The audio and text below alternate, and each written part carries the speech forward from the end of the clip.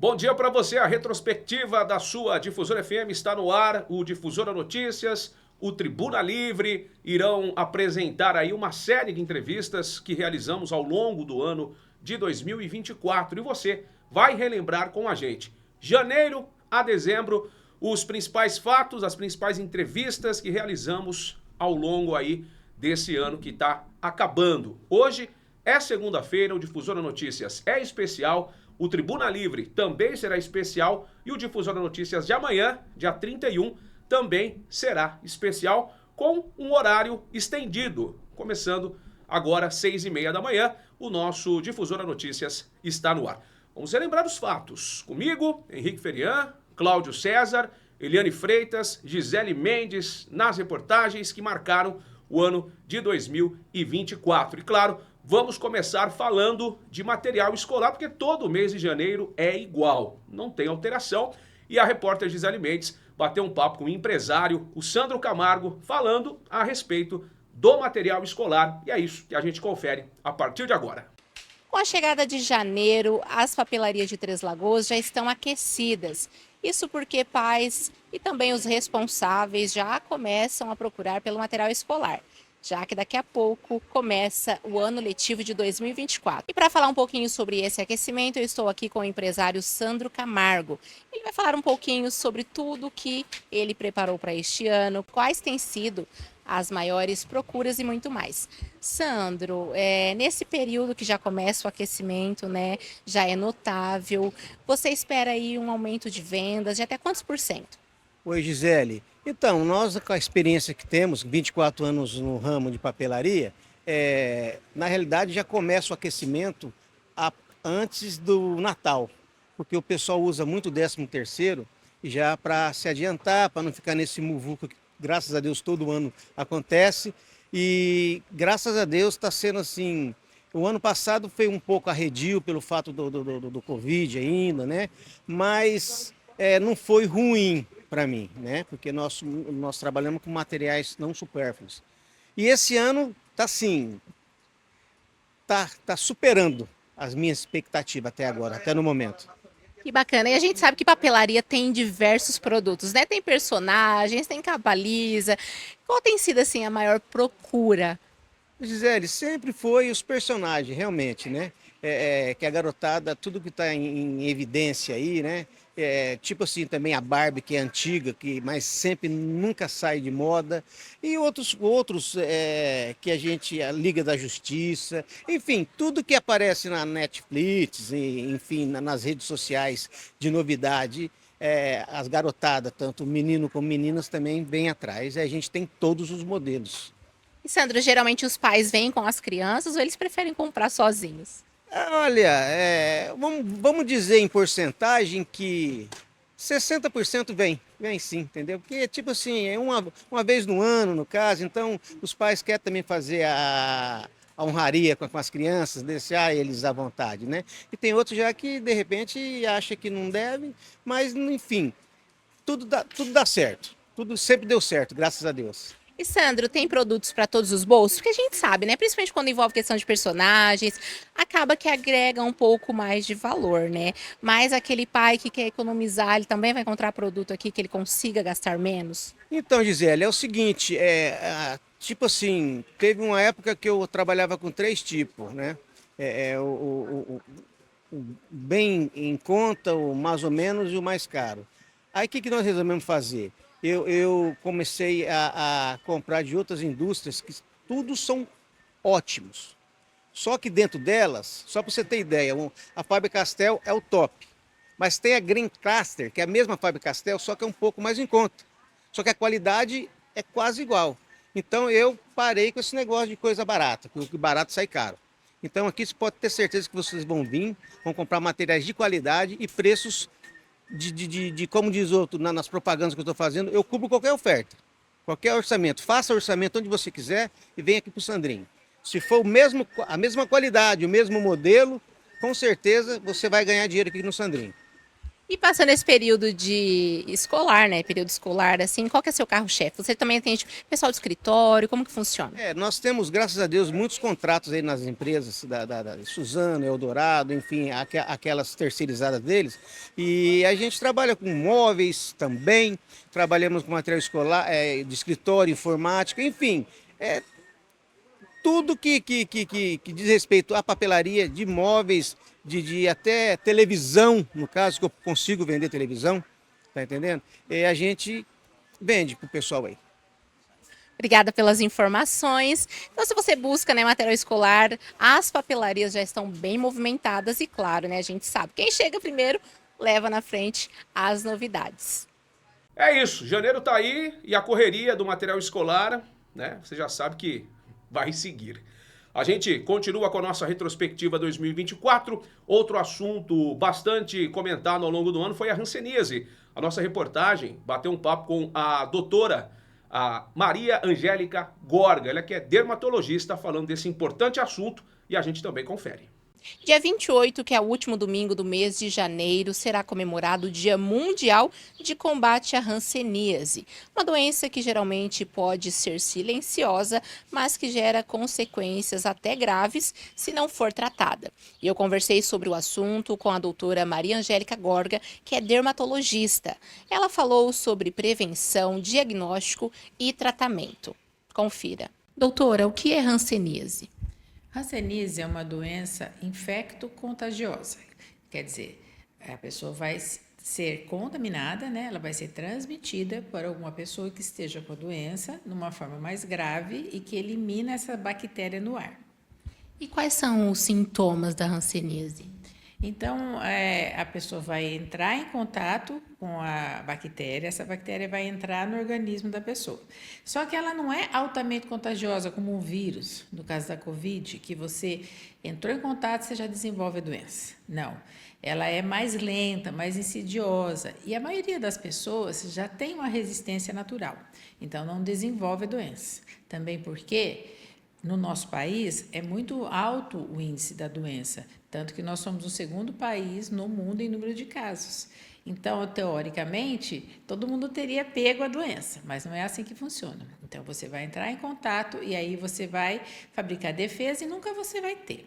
Ou pode ser, se você tiver uma predisposição genética, que a bactéria fique no seu organismo, momentaneamente o organismo consegue segurar, só que com o passar do tempo, anos até 5 a 10 anos, aí pode manifestar a doença.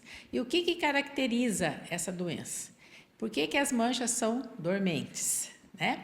Porque essa bactéria, ela consegue atacar a bainha dos nervos periféricos, não nervos do sistema nervoso central, dos nervos que vai para os braços, para as pernas, e aí ela afeta a camadinha bem superficial dessa bainha do nervo, e com isso altera a sensibilidade, começa alterando a sensibilidade, tanto dos nervos maiores, como dos nervinhos bem fininhos que estão lá na pele.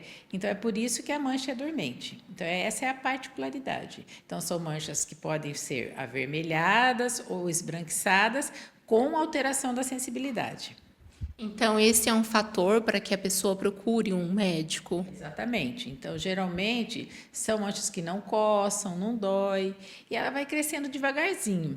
Ela vai ficar sempre ali. Ela não é uma mancha assim que sai, some e aparece em outro lugar. Não, ela vai estar sempre naquele lugar. Outra particularidade é que essas manchas, elas vão estar mais ou menos na área que tem os nervos maiores. Então, vamos supor, no braço. Aqui ele ataca esse nervo do braço. Então, geralmente ela está assim, no braço, ou o nervo lateral da perna, na lateral da perna. É bem característico. Às vezes, assim, na região intercostal, dos nervos intercostais. Então, essa mancha ela vai estar por mais de 6 meses e ela vai alterando a sensibilidade. Outra característica importante é que, inicialmente, a alteração da sensibilidade é só térmica. Então, a pessoa vai ver que ali ela sente menos ou frio ou calor naquele local. Depois que é dolorosa, demora bastante tempo. Então, às vezes, a pessoa ela vai colocar a agulha e está no comecinho, ela vai sentir. Né? Então, geralmente, é alteração térmica. Né? E como que é feito o diagnóstico, doutor, e o tratamento? Ele tem cura? Então, o diagnóstico é eminentemente clínico, né? Não existe um exame específico ainda que você vai fazer a sorologia, por exemplo, né? Ou um teste rápido que fala que tem a doença, né? Então, é clínico. Então, qualquer alteração de sensibilidade, mancha dormente, tem as características, né? Ou a área do corpo dormente, que às vezes o nervo afeta essa região, por exemplo, lateral da mão, vai estar dormente, com diminuição da força, já às vezes, ou várias manchas. Essa é a parte clínica, é a preponderante. Aí tem um exame que faz que chama baciloscopia da linfa, que vai ver quanto de bactéria que a gente tem no organismo. Só que se a pessoa tiver pouca bactéria, o exame dá negativo. Então, às vezes a pessoa tem a mancha, você tem a mancha, a sua mancha é dormente, você faz o exame da bactéria, baciloscopia que chama, dá negativo. Aí a pessoa fala, não estou com a doença, porque está negativo. Não, você não transmite a doença, você não tem uma grande quantidade de bactérias, você não está liberando bactéria no ar, mas você tem a doença. Então, isso é um ponto importante, né? Quando o médico tem dúvida, é feito, então, a biópsia. Tira uma amostrinha da pele, faz leva para o laboratório e um médico patologista vai examinar e tem as características, né? Mas a maioria das vezes é clínico. Outra coisa importante é que esse diagnóstico, pode ser feito pelo médico clínico da unidade básica de saúde. Então, você tem uma dúvida, você vai na unidade básica de saúde e o médico tem assim, capacidade de fazer o diagnóstico e instituir o tratamento. O dermatologista, claro, vai fazer muito melhor esse diagnóstico, porque já, né, foi treinado para isso. Então, muitas vezes, casos mais complicados, casos que a pessoa tem muito tempo com a doença, tem reação, tem febre, tem várias situações que podem acontecer, né? Dores nos nervos e tudo mais, aí teria que ter realmente acompanhamento com o especialista. Por isso que, por exemplo, aqui em Três Lagoas, a gente tem lá no SEM o programa de Hanseníase tuberculose, né? Que é um programa de referência de toda essa macro-região que a gente chama de Três Lagoas, que Três Lagoas atende a várias cidades. Então, a gente atende a várias cidades. Então, assim, não necessariamente a pessoa tem que ir lá para confirmar o diagnóstico, mas, assim, o médico, às vezes, tem uma dúvida, manda para a gente, às vezes tem caso mais complicado, a gente acompanha, né? Às vezes, depois da alta também tem um pouquinho de dúvida, vai lá, a gente acompanha. Mas eu gostaria de falar que é importante, se você tiver uma suspeita de mancha, ir imediatamente na unidade básica de saúde e fazer o diagnóstico e o tratamento precoce, porque quanto antes o tratamento, mais rápido vai curar a doença, né? E, doutora, essa pessoa, uma vez diagnosticada com a doença, ela precisa ficar isolada? Essa é uma boa pergunta. Como essa bactéria, ela não é altamente contagiosa, igual, por exemplo, ela é da mesma família da tuberculose, só que ela não é, a tuberculose é altamente contagiosa, a da Hanseníase não. Então, não precisa separar nada, tá? Foi-se o tempo, né? Antigamente tinha esse estigma, por quê? Porque não tinha tratamento e as pessoas não sabiam como funcionava a doença, como era, então tem até hoje esse estigma, né? Porque tem tratamento a partir da década de 40, não faz nem 100 anos. Então, está no inconsciente coletivo essa coisa da doença, né? Do medo da doença, do medo de não ter cura, do medo do contágio, mas não é assim, gente, tá? E fez diagnóstico na sua família, a pessoa começou a tratar, uma semana depois, ela já não elimina, se ela eliminar a bactéria, né? Ela não elimina mais bactéria viável, que a gente chama viva, não vai passar mais para ninguém. E se você tivesse que entrar em contato, você já entrou. Né? Então, o que é feito? A pessoa vai lá, faz o diagnóstico. Se ela for a forma que está bem no comecinho, e que esse exame que eu falei da linfa for negativo, ela vai tratar durante 6 meses só. Se for uma forma um pouco mais mancha, com esse exame positivo, a pessoa vai tratar 1 ano. O remédio é igual, são 3 remédios para as duas maneiras, né? Que a gente chama de paucibacilar e multibacilar. Mas um trata 6 meses, outro trata 1 ano. Agora, outra coisa importante é todas as pessoas que convivem no ambiente, no lar, irem na unidade básica de saúde e fazer o exame de contato. Então, o que é isso? O médico vai examinar, a pessoa fala, mas não tem mancha nenhuma, mas o médico vai olhar, às vezes ele vai enxergar. Ou alguém, ou a enfermeira treinada, que tem também, às vezes não precisa necessariamente, tem enfermeiras treinadas que podem fazer isso. Então, é importante, né? E se tiver alguma suspeita, fazer o exame, se tiver alguma mancha suspeita, fazer uma biópsia, se for preciso, né? Às vezes não está muito dormente. E hoje, a gente tem um teste rápido na unidade base de saúde. Porque aí eu vou falar desse teste rápido, porque às vezes a pessoa fala, mas não fez o teste rápido. Não, o teste rápido é para contatos suspeitos, só contatos. Não é todo mundo, eu acho que eu estou com hanseníase, vou lá fazer o teste rápido. Ele não é um teste diagnóstico, tá? Ele é um teste para prever se a pessoa vai ter a doença ou não. Então, assim, você é contato de uma forma bem contagiante, vamos falar assim. Aí a gente faz o teste rápido para ver como é que é a imunidade dessa pessoa, se ela tem chance de ter a doença ou não. E aí ela vai ficar em observação durante 5 anos. Não tem um tratamento profilático, vou falar preventivo, mas ela vai ter que ficar em observação durante 5 anos, que pode aparecer a doença. Doutor, existe assim um perfil traçado da população que tem maior predisposição a desenvolver a hanseníase? Então, a gente percebe o seguinte, que é predisposição genética mesmo, como eu falei, né? Então, a maioria tem essa defesa natural e outras pessoas têm uma defesa parcial, que conforme essa defesa, ela vai desenvolver a doença, ou mais grave ou mais suave, né? Agora, o que a gente percebe é o seguinte, dentro da família vai ter, por quê? Porque a genética é igual. Então, vamos supor, às vezes tem assim, a mãe tem, os filhos têm e o marido não tem. Por quê? A genética é diferente, né? Às vezes acontece o marido e a mulher pegar, sim, né? Conforme a predisposição. Mas às vezes pode acontecer isso. Então, assim, a chance dos filhos pegar é maior porque o contato geneticamente é igual aos pais, semelhante dos pais, né? Mas não necessariamente todos pegam também, não. Né? Às vezes você vê que pega um filho, os outros não pegam, né? Mas hoje em dia, graças a Deus, as campanhas, a conscientização das pessoas, a facilidade também do acesso ao tratamento, as pessoas não estão chegando assim naquela forma mais grave que contamina as pessoas, né? Altamente contagiosa. Então, com isso, a gente consegue diminuir o contágio e diminuir o número da doença, né? E doutora, conforme você disse, né, Três Lagoas já foi uma cidade com incidência alta de casos, né? Qual que é a realidade hoje? Sim, Três Lagoas foi, devido a várias contingências, né? Mas hoje a doença está controlada. Nós temos 13 pacientes em tratamento, né? Assim, e vários em acompanhamento.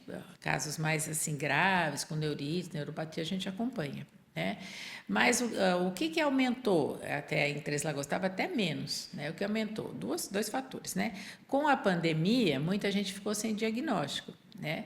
E aí depois surgiu mais casos, de uma vez só, por exemplo, a partir de 21, 22. Né? E também o fluxo de pessoas que vieram para trabalhar aqui nas indústrias, né? E principalmente do Norte e Nordeste, porque lá a incidência é muito alta. Centro-Oeste também mas Norte e Nordeste é muito. E vieram muitos casos graves. Agora não, já estabilizou. Mas assim, de 20 até 20... Comecinho de 23, a gente estava com um índice bem alto. Mas aí, conforme vai tratando, vai recebendo alta, né? Vai diminuindo o número de casos. E doutora, a hanseníase, se não tratada, ela pode causar morte?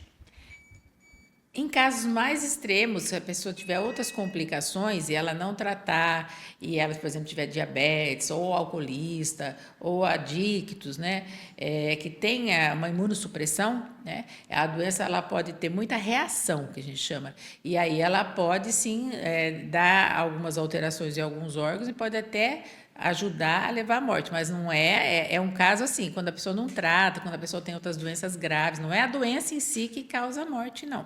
O problema maior da doença são as sequelas. Se a pessoa não trata, ela vai lesar o nervo e vai ficar para sempre com a mão dormente, o pé dormente, com as manchas aparentes, dormentes. Então, isso é importante, né? Quanto antes o diagnóstico, melhor, para não ficar com a mão com diminuição da força, atrofia dos dedos, tudo isso, que antigamente a gente via muito, né? Caiu, o pessoal fala, caiu o dedo, né? Mas é porque a pessoa não sentia, machucava, necrosava e caía.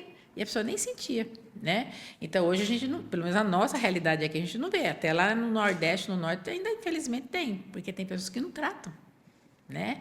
Não tomam o remédio direito mesmo, né? Não tem essa conscientização. Mas hoje, com o tratamento e a pessoa fazendo direitinho, não vai ter problema nenhum. Conforme a doutora Maria Angélica Gorga disse, atualmente em Três Lagoas, 13 pessoas são acompanhadas e recebem tratamento contra a hanseníase. E claro, se você tiver alguma mancha na pele com dormência ou não, vale a pena buscar um médico, que pode ser na unidade de saúde, para prevenir ou ter o diagnóstico da hanseníase, e quanto antes iniciar o tratamento, melhor. A hanseníase, que a gente sabe que é um problema, e as unidades de saúde de Três Lagoas têm um programa muito especial e que vale a pena conhecer, principalmente, né, para ter mais informações a respeito dessa doença.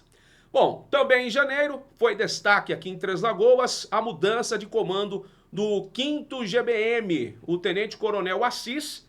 Ele sai de Três Lagoas e quem assume é o Tenente Coronel Rafael Farias. E na oportunidade a gente conversou tanto com o Tenente Coronel Assis, que saiu, e o Tenente Coronel Rafael, que chegou, e a gente vai conferir.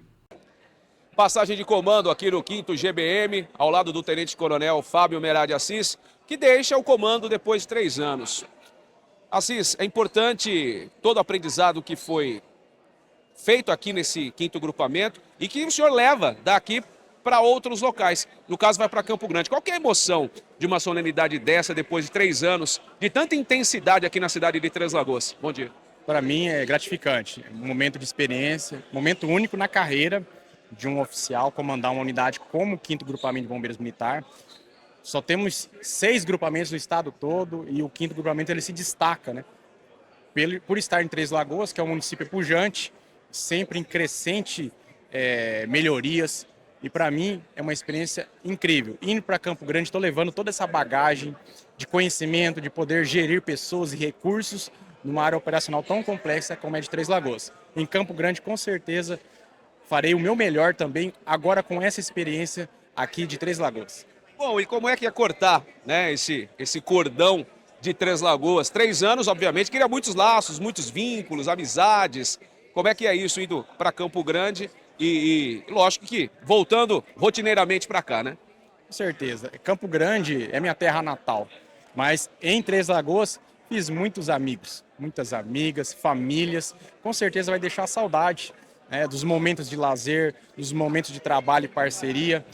Porém, mesmo em Campo Grande, quando eu precisar, eu ligo para os meus amigos aqui e a gente mata a saudade. Mas com certeza é gratidão o meu maior sentimento. Bom, conversando com o Coronel Frederico, ele falou a respeito de rejuvenescer, né, os oficiais. E o Tenente Coronel Rafael, que está chegando, é jovem, 38 anos. Isso faz parte do ciclo, né? Tanto dos bombeiros como da Polícia Militar, enfim. Com certeza. Nós temos diversos oficiais com alto desempenho. O Rafael é um tenente-coronel jovem, com todo o gás e conhecimento. Ele trabalhou comigo já há praticamente 10 anos em Campo Grande. Trabalhamos juntos praticamente. E ele já veio de uma defesa civil estadual, com uma bagagem de conhecimento de como captar recursos em situações de emergência, como lidar com emergências de grande porte.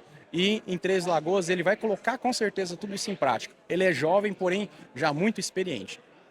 Queria agradecer, em nome da Difusora FM, o senhor pela parceria ao longo desses 3 anos, muito solícito, sempre aberto a conversar, a reportagens, a entrevistas, e isso realmente fez a diferença dessa aproximação da comunidade, da sociedade translagoense, através da Difusora FM e com vocês, obviamente, sempre trazendo informações relevantes. Muito obrigado e sucesso sempre. Eu que agradeço e fica aqui a minha homenagem ao Coronel Rafael, todo sucesso e toda alegria nesse comando do 5º Grupamento de Bombeiros Militar. Precisando do Corpo de Bombeiros Militar, ligue 193, nós somos por você. Muito obrigado. Ao lado do Tenente Coronel Rafael de Andrade Farias, que assume o 5º GBM. Comandante, qual que é a emoção dessa solenidade? O senhor que tem uma estrada grande dentro do Corpo de Bombeiros Militar, não só do Mato Grosso do Sul, mas se preparou bastante para isso. Qual que é a emoção desse momento? A emoção é essa que vocês estão vendo aqui. Estou ofegante, nós temos essa tradição do banho. Estou todo molhado, não poderia deixar muito fácil para eles. Então a energia é essa, é de agradecimentos, a receptividade da população aqui é enorme. Estou muito contente, estou motivado, venho de Campo Grande e Vou me doar para o município de Três Lagoas, a população de Três Lagoas, para que possamos atendê-los da melhor forma. Então esse é o espírito de alegria. Comandante, a gente queria se colocar à disposição, a Difusora FM, como parceiro, assim como a gente foi durante esses 3 anos do Assis, que nos deixa, e o senhor que assume, a gente também se coloca como parceiros do 5º Grupamento para continuar fazendo esse trabalho em prol da população, tanto de Três Lagoas como da região. Seja bem-vindo e sucesso. Muito obrigado. Eu que agradeço, a honra é toda minha. Sintam-se também em casa. Toda a imprensa, de um modo geral. Corpo de Bombeiros está de portas abertas. Sem vocês, nós não conseguiríamos divulgar e até mesmo demonstrar para toda a população as nossas atividades desenvolvidas e apoio à população de Três Lagoas. Muito obrigado. Eu agradeço. É isso, e o trabalho continua do 5º GBM aqui em Três Lagoas.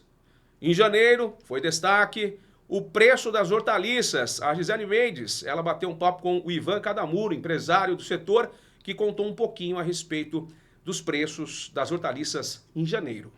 A dona de casa vem sentindo na pele a alta das folhas, alface, almeirão, couve, quando ela vai ao supermercado. E existe uma explicação por que esses hortifrutis estão caros nesta época. E sobre o assunto eu vou falar com o produtor rural Ivan Cadamuro. Ele vai explicar por que você está sentindo aí no seu orçamento a alta dessas folhagens. Ivan, o alface em especial, que acho que é uma das hortaliças mais consumidas, né, pelos brasileiros, e ele está bem caro no supermercado. O que justifica essa alta? Sim, nessa época é bem mais cara, porque devido à alta temperatura, né, nós estamos passando aí por essa dificuldade de chuva. Agora está chovendo um pouco, mas esse El Niño aí, esse ano está falando desse El Niño aí, que subiu muito a temperatura. Eu acho, desde que eu trabalho aqui há 22 anos com folhagem, eu nunca vi um ano tão quente igual esse. Então subiu muito a temperatura, e quando você sobe a temperatura, você tem que usar muito mais produto, muito mais adubos. E esses adubos hoje é tudo em dólar. Depois da pandemia já subiu muito, né? Teve uma alta significativa. E a guerra também. A guerra não refletiu aqui, parece que não refletiu, mas refletiu porque eu uso vários adubos que vêm da Rússia. Por exemplo, tem um produto que eu usava antes da pandemia, que eu pagava aí no máximo R$60, hoje está pagando R$240, R$280 o nitrato de potássio que vem direto da Rússia. Então isso reflete, é em dólar, né? Então você vai no inverno, uma mudinha de alface, ela fica pronta em 18 dias, com pouco adubo, pouca irrigação, pouco, né, foliar. 2 pés de alface você faz um maço. Hoje, no verão, vai aí 30, 35 dias, tem que usar muito foliar, muito adubo, muita irrigação, porque a energia também é cara, e precisa de 4, 5 pés para fazer um maço. E não é ainda bonito. Então você gasta muito mais muito mais mudas, muito mais adubo, tudo é mais. E a gente tem percebido até assim, muitas donas de casa falando que vão à feira e nem encontra, às vezes nem tem o alface ali. Sim, é difícil. Eu estou com dificuldade de produzir. E hoje eu produzo alguma coisa, como vocês estão vendo, porque é hidroponia. Hidroponia é um ambiente fechado, suspenso da terra, que a terra é um fator, falar a verdade, é um fator contaminante. Então você elimina o fator contaminante, que é a terra, né? Então você produz, a bancada elevada, consegue produzir. O que eu plantava muito no chão, plantava aí quase 5 hectares do chão, eu hoje não planto mais nada, porque veio tudo para hidroponia e bancada de areia, para você conseguir produzir um pouco, senão não consegue mesmo. Ivan, essa alta deve persistir até quando, mais ou menos? Existe uma estimativa? Boa pergunta. Todo ano é a mesma coisa. É o verãozão, tá? Agora nós estamos aqui em janeiro, fevereiro, março, abril já começa a baixar. Começa a temperatura a baixar, né? Os dias ficam mais curtos, mais ameno, temperatura, para um pouco a chuva, até que está chovendo agora, vai chover um pouco também, reflete. Aí abril já começa a hortas que plantam no chão a produzir mais, fica mais fácil de produzir, né? Menos pés por maço, e aí o preço começa a baixar de novo, com certeza, todo ano é igual. E a chuva, né? Igual o senhor citou, essa época de chuva, se ela vir em excesso, ela também pode prejudicar? Sim, a chuva quando é demais, tudo que é demais, né, atrapalha. No plantio do convencional, que é no chão, chove e encharca todos os canteiros. Você fica, depois que vem o sol, vem doença, fungicida, funga, né, fungos e bactérias que tem que usar muito produto. Como a hidroponia, a água bate e escorre. Banca de areia, banca bate, a água escorre também. Mas acaba refletindo um pouco na gente também. E entre as principais folhas, né, que são consumidas no dia a dia, além do alface, quais as outras que a dona de casa também está sentindo essa alta? Os temperos, tempero também, coentro, salsinha, cebolinha, tá bem, porque todo mundo usa esse tempero, né? Ninguém fica sem, né? Restaurantes aí, então o cliente que não era nosso está procurando porque ninguém não tá produzindo. Então esses temperos refletem muito. Obrigada pelas informações. Então, tivemos aqui um papo esclarecedor com o produtor rural, o Ivan, sobre essa alta da hortaliça, né? A gente está sentindo no dia a dia, seja no supermercado, seja na feira também, essa alta, principalmente do alface, que é um dos queridinhos, né, dos brasileiros. E vamos seguir, né, esperando aí uma baixa. A gente entende que é um efeito cadeia, né? Se está caro no mercado é porque também está para o produtor rural produzir aí em grande escala. Não resta fazer outra coisa a não ser esperar, né, essa baixa aí que deve acontecer lá para meados de abril, conforme o senhor Ivan disse. Bom, tá aí a reportagem, essa oscilação, né, do preço das hortaliças que acontece todos os anos e você ficou por dentro do que foi destaque em janeiro. E para a gente fechar o mês de janeiro, teve o recomeço da cooperativa Ararazu. Quem não se recorda, no final de 2023 tivemos um incêndio, né, na cooperativa. Eles migraram para outro local e a gente foi lá conferir como é que estavam os trabalhos da cooperativa. Eu conversei com o Eloir Ribeiro, ele que é o presidente da cooperativa Ararazu. Depois do incêndio que consumiu o barracão da cooperativa Ararazu no final do ano passado, com muita dificuldade eles conseguiram, com a ajuda de muitas pessoas, recomeçar. E é onde a gente se encontra nesse momento, nesse novo local provisório, mas que está sendo utilizado para os trabalhos da cooperativa Ararazu, até porque eles não podem parar, até porque a cidade de Três Lagoas vem realizando a sua separação do lixo diariamente. O senhor Eloir Ribeiro está ao meu lado, ele que é o responsável aqui da cooperativa Ararazu, para bater um papo com a gente, para falar a respeito desse trabalho que não pode parar e que é fundamental para o município de Três Lagoas. Bom dia, como é que é recomeçar nesse novo local? Bom dia a todos, né? Bem dificultoso para nós, né? Você tem que começar tudo de novo, mas graças a Deus, né? Com a ajuda de prefeitura, Ministério Público, né? De todos os órgãos públicos aí, nós conseguimos esse novo barracão, através da Reciclagem Alvorada também, né? Com o Gaúcho, nosso parceiro. Então a gente conseguiu esse local e estamos começando de novo, né? Mas que a cidade não pode parar, né? Senão vai, apesar o material hoje tá um preço muito baixo, você pode ver, você anda aí, papelão com força aí na rua, e nós vamos tentar minimizar isso aí, nós dar conta de tudo isso aí. E aí, durante esse período que vocês ficaram paralisados, como é que ficou o trabalho de recolhimento desses materiais reciclados? A Financial faz a coleta diariamente em vários bairros da cidade, uma vez por semana. Eles estavam levando para onde esse material? Olha, tá levando pro aterro, né? Armazenou lá no aterro, né? Então, provavelmente, a hora que começar a diminuir um pouco o material aqui, vai trazendo de lá para cá para nós trabalhar lá. Foi armazenado um X lá no aterro lá. Então, ficou bastante coisa, né? A carga, por exemplo, do final do ano, o volume de material que é separado, normalmente, fim de ano, Natal, Ano Novo, por causa das festas, as pessoas acabam consumindo mais e, consequentemente, tem mais lixo, né? E provavelmente todo esse acumulado tá tudo lá que aos poucos vem para cá. Isso, tá armazenado lá, né? E aí vai vir para cá para nós, vai trazendo aos poucos aqui. Bom, as dificuldades de vocês, por exemplo, a esteira, que você comentou com a gente, que você tinha lá no outro barracão, era uma esteira maior. Hoje vocês trabalham com uma esteira menor, com isso o trabalho ele é um pouquinho mais demorado, né? Isso, a produção, né? O rendimento já não é igual com a outra esteira. A outra esteira nossa era 20 metros de comprimento e a largura dela era maior. Essa aqui, o Francis, né, que é da Reciclagem Alvorada, emprestou ela para nós, só que ela é pequena, né, para o trabalho nosso, tanto de material que vem, ela é pequena. Mas nós vamos conseguindo com ela até nós conseguir, através da logística reversa ou alguma parceria aí, nós conseguir outra esteira nova.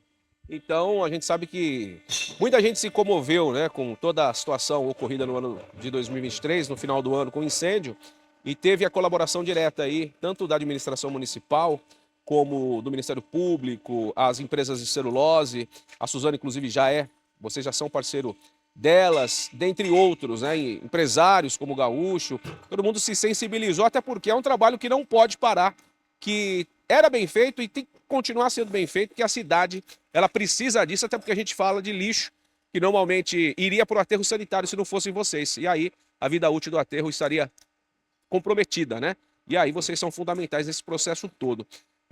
Para esse ano de 2024, o que vocês pensam sobre essa questão? Já tem data para voltar para o novo local, aliás, para o antigo local, que vai ser reformado? O que vai acontecer ao longo desse ano? O que o senhor pensa? A gente pensa numa melhor, né? Provavelmente nós vamos voltar para o local onde nós estávamos, né? No prazo de uns 6 meses aí, né? Que é aproximadamente, ele vai reformar lá de novo e a gente está retornando para lá. Mas a expectativa nossa é que seja um ano melhor, né? E nós produzir mais, entendeu? Porque o que nós não pode é parar, né? Não pode parar. Nós fizemos muita conscientização ambiental junto à Secretaria do Meio Ambiente, com as escolas, tudo. Então hoje nós não pode parar essa incentivação com as crianças nas escolas e com o público, né? Todinho aqui a galera aqui de Três Lagoas, né? Nós parar, depois de um trabalho desse que nós fez, nós parar, não pode parar, entendeu? Nós já estamos bem avançados, nós já estávamos, vamos jogar aí nos 70%, 80%, então nós caiu lá embaixo, mas nós levanta e chega de novo, esse ano, até o final do ano nós chega de novo nos 80% com esse material aí. Quantas famílias que trabalham diretamente e tiram sustento aí das suas famílias através desse trabalho na cooperativa? Isso. Quando nós parou, nós estávamos com 22, né? Hoje nós estamos com 20 pessoas, né? Porque 2 pessoas saíram, um inclusive saiu porque ele aposentou, né? Mas nós vamos gerar o tanto de material que está vindo, como a esteira é pequena, nós está tendo essa dificuldade, nós não podemos pôr muita gente na esteira. Mas nós vamos ter que contratar mais, entendeu? Nós vamos contratar mais umas 4 ou 5 pessoas para nós dar conta do material, senão nós não dá conta dele. Vai acumular demais, nós não pode. Esse período, em torno de quase 2 meses ou 2 meses que vocês ficaram inativos, como é que ficou esse trabalho do pessoal? Eles ficaram parados ou eles tinham outras atividades, até mesmo na cooperativa ou lá no aterro, enfim? Como é que ficou esse período de fim de ano para esse comecinho de janeiro? Não, foi um período dificultoso para todos nós, né? Mas ainda bem que como a parceria que a gente tem, né? Nós tivemos muita ajuda também, né? Parte financeira.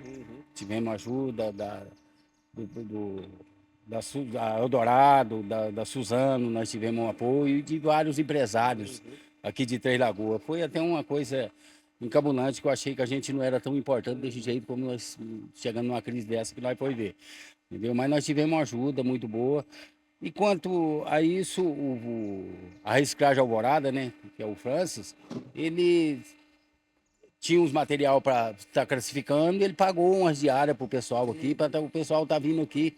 Então, praticamente todo mundo ganhou um pãozinho dele de cada dia para passar o final do ano. Ninguém ficou desassistido, né? Isso é o mais importante. É importante que ninguém ficou desassistido. Bom, no ano passado a gente ficou definido pela perícia em relação ao início do incêndio lá na cooperativa, foi de fato uma garrafa refratada pelo sol ou não?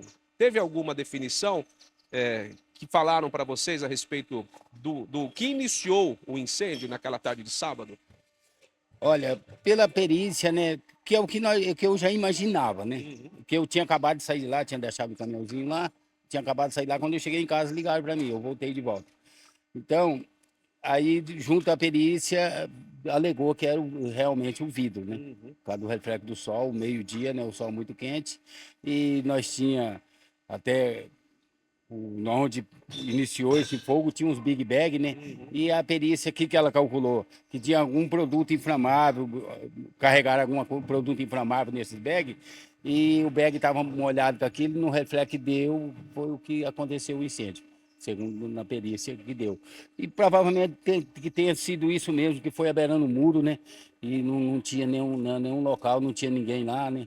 Eu tinha acabado de sair de lá, tinha ido almoçar para depois voltar. Então, foi uma coisa que eu acho que criminal não foi, entendeu? Provavelmente foi o vidro mesmo. Bom, e quais os cuidados que o senhor imagina aqui e depois voltando para lá, em relação ao vidro, o senhor pensa em um espaço fechado para que esse tipo de material fique, ou algum outro tipo de material que seja um pouco mais inflamável? Está começando a imaginar isso para evitar essa situação, para que ela não ocorra novamente? Isso, nós já pensei muito nisso. Inclusive, a gente já tinha essa preocupação, porque lá a gente não deixava sozinho lá. Ficava um guarda lá de segurança, a gente deixava uma pessoa de segurança, eu mesmo ficava final de semana. Por causa disso, mas o meu medo era muito o óculos, porque vem muito óculos, né, de grau. E o meu medo era esse, dele, o material para fora, principalmente, porque o que nós temos que ter, o barracão grande, para o material ficar debaixo do barracão. Que ele estando para fora, vem muito óculos de grau também, você entendeu? Você sabe que o óculos de grau, bateu o reflexo do sol nele, se tiver papel branco, algum papel que já causa incêndio. Então essa é uma preocupação. E outra preocupação nossa é ter um hidrante lá dentro, né? Entendeu? Que se tem um hidrante lá dentro, a gente mesmo já conseguiria ter apagado esse fogo, né? No início dele você conseguia apagar, depois que ele pega. Então, o importante, voltou para o lugar, tem um hidrante lá dentro. Isso já vai ser solicitado ao Corpo de Bombeiros para que eles possam providenciar para vocês voltarem com toda a segurança, extintores, tudo tem que ser da maneira correta. Isso é uma coisa importante, principalmente o hidrante. Bom, e para dizer para a população que vocês estão de volta trabalhando para que continuem separando o lixo e o caminhão vai passar no seu bairro, naquele determinado dia, no período da manhã, recolhendo os materiais recicláveis, até porque mais de 20 famílias dependem do sustento e, claro, vocês seguem fazendo esse trabalho importante para o município de Três Lagoas. As pessoas continuem, ao longo de 2024, separando o lixo reciclável, porque não tem valor para mim ou para você, mas tem valor para vocês, né? E é importantíssimo. Não, isso é muito importante. Aproveitando a oportunidade aqui, né? Dar um alerta a toda a população de Três Lagoas, que nós estamos na ativa de novo. Faz 2 semanas que nós começou, estamos engrenando, estamos no começo de novo, mas pode separar o material, não deixa ir para o aterro sanitário, vamos aumentar a vida útil do nosso aterro sanitário. E a hora que voltar as aulas também, as professoras que estiver me assistindo aí, a gente está na ativa de novo, precisar de uma palestra, para trazer as crianças para estar visitando aqui, vamos continuar nosso serviço, conscientização ambiental. Tá certo. Obrigado pelas informações, bom trabalho para vocês. Com imagens de Josias Martins, Henrique Ferião para a Difusora FM. Pois é, esse foi o mês de janeiro, dentro da nossa retrospectiva. Vamos para um breve intervalo e daqui a pouquinho a gente continua trazendo aí o mês de fevereiro, retrospectiva 2024, no nosso Difusora Notícias. Estamos apresentando Difusora Notícias.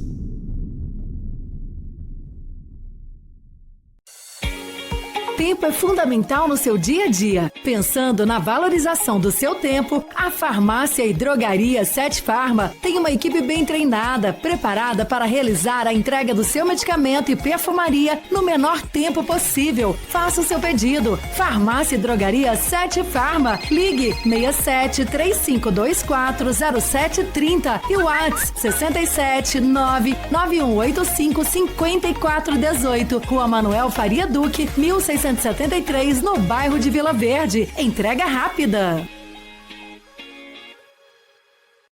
Bigcom Materiais de Construção. Do básico ao acabamento, temos os melhores preços e condições de pagamentos. Na Bigcom tem pisos e revestimentos, ferramentas, esquadrias, elétrica e pintura. Tudo isso e muito mais com descontos imperdíveis. E a entrega, você sabe, é a mais rápida de Três Lagoas e região. E o frete é grátis. Bigcom, Avenida Clodoaldo Garcia, 2150, Vila Aro. Fone 3524-6000. WhatsApp Bigcom 99190 4362.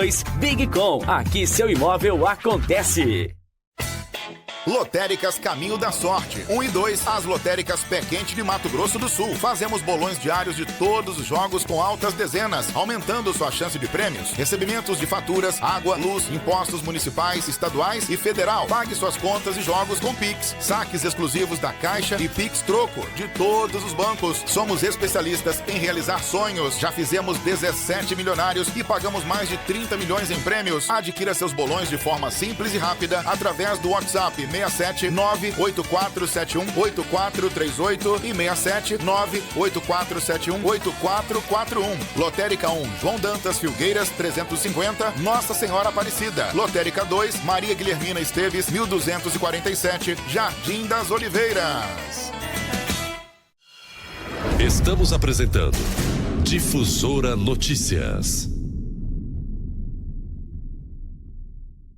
Estamos de volta com o nosso jornal Difusora Notícias Especial Retrospectiva 2024 e vamos começar com um assunto importante, escorpiões, que aliás é um problema que temos praticamente o ano inteiro, né? Agora em dezembro tá um problemaço em várias regiões da cidade com o aparecimento de escorpiões e a gente estivemos em fevereiro batendo um papo com o Dr. Rubens, veterinário lá do CCZ, e a Luziane, que é agente de endemias, falando a respeito dos trabalhos com os escorpiões, a conscientização das pessoas, isso em fevereiro, viu? Vamos acompanhar. Estamos aqui no Centro de Controle de Zoonoses de Três Lagoas para falarmos a respeito de escorpiões. É um problema que a gente enfrenta em Três Lagoas e que não é um problema novo, né? Já é bastante antigo e que, claro, a responsabilidade é de todos, inclusive seu, você que está ouvindo a gente, que está acompanhando a gente, de realizar as vistorias e não deixar material ali jogado dentro da sua casa, porque a gente sabe que, dependendo da situação, de fato, pode sim aparecer escorpiões. E o combate é sempre complicado. A gente está aqui no CCZ, onde vamos bater um papo com o Rubens Baba, que é médico veterinário, e também a Luziane Alencar, agente de endemias, para falarmos a respeito desse trabalho contra o escorpião. Rubens, é um problema antigo, mas que em Três Lagoas, vira e mexe, vocês recebem ligações, né, de pessoas que se deparam com o escorpião. Como é que está sendo esse trabalho? 2023, esse trabalho ele seguiu e 2024 continua. Como é que está sendo feito esse trabalho nesse início de ano? Bom dia. Bom dia. É um trabalho que a gente é contínuo, né, ao longo do ano todo. A gente viu uma incidência maior no último trimestre, né, que é natural acontecer esse aumento. Mas está tendo bastante essas ocorrências, né? E esse trabalho continua rotineiramente em 2024 também. O que não para. Luziane, a gente de endemias, a gente sabe que estão sempre aí percorrendo os bairros de Três Lagoas. Dentre tantas coisas que vocês acabam realizando diariamente, esse é um trabalho, quando conversam com as pessoas, é um tema que sempre vem à tona? Bom dia. Bom dia. Sim, é um tema que sempre vem à tona. E as pessoas reclamam muito pelo aparecimento, né, de escorpiões, e o acidente também com escorpiões aumentou demais agora na cidade, mas é pelo fato da cidade estar crescendo e, infelizmente, a gente adentra onde eles habitam, né, onde eles moravam, que é as matas, tudo, e agora com as construções novas de casas, os bairros aumentando, a cidade crescendo, eles estão vindo realmente para a cidade e se habituando junto conosco. E aí é o grande problema, por exemplo, quando a gente fala de construções, de reformas, o entulho, né?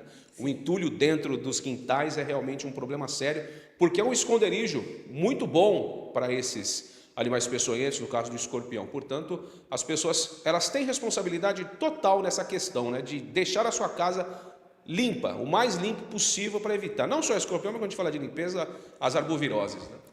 Sim, o que a gente pede muito quando tem as reclamações sobre escorpiões, não deixar entulho de forma alguma, tá? No fundo das casas, madeira agrupadas, telhas, bloco, rachadura no chão, calçadas que mal feitas, que criam aquelas rachaduras, são um lugar perfeito para escorpião. Mesmo assim, eles estão adentrando dentro das casas também, pelo esgoto, tá? E é o que a gente sempre usa, assim, para a pessoa se proteger um pouco mais. Aquelas cobrinhas na porta, que seria a proteção da porta, telinhas nos ralos. Muitas vezes também, quando está aparecendo muito escorpião na casa de algum morador que chega essa informação para a gente orienta para, logo de manhã, ferva uma água, ferve mesmo a água, e coloque em todos os ralos. Deixa todos eles fechados à noite, de manhã coloque essa água todos os ralos. Se tiver algum escorpião que estiver em andamento indo para a sua casa, ele morre automaticamente na hora. É a única coisa que realmente mata o escorpião, tá? E o restante que a gente pede também é fechar caixinhas de gordura, lacrar tudo isso e jogar um inseticida para as baratas, porque o escorpião vem, através do alimento. Ela vem procurando o alimento, abrigo, alimento, e o alimento do escorpião é a barata. Tá? A gente pede que a única forma que também diminui bastante o escorpião é o inseticida para eliminar a barata da casa das pessoas. Bom, importante dizer também que essa questão da água quente é importante, mas o combate do escorpião, veneno, inseticida para barata, como ela citou, funciona. Detetizar a casa, esses produtos que as pessoas borrifam, funciona até que ponto quando falamos de escorpião? Existe algo que pode ser feito nesse sentido, Rubens? Diretamente para o escorpião não é eficiente, né? Então, quando faz a detetização, o objetivo é atingir a barata, que é o alimento. Veneno específico para escorpião não é eficiente. Tá?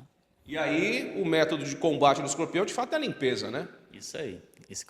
Igual a Luziane falou, né? Essas medidas preventivas e atuar isso rotineiramente. Então, é algo que você tem que, com frequência, fazer isso ao longo do ano para evitar essas situações, né? Em caso de acidente, aconteceu um acidente dentro de casa, alguém foi picado e, independente da situação, qual que é o procedimento que deve se tomar a partir disso? Duas situações, né? Você procura o serviço médico e também liga para as zoonoses para falar dessa ocorrência, a gente fazer as orientações devidas, né? O telefone é 3929-1803 e aí é só a gente fazer essa orientação após essa comunicação.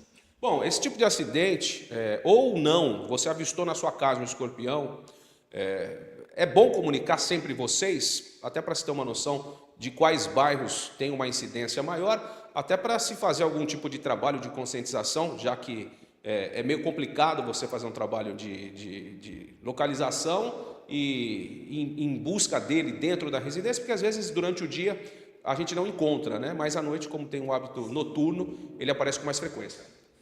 Sim, o que a gente também cria, assim, que as pessoas criaram muito mito em cima da galinha.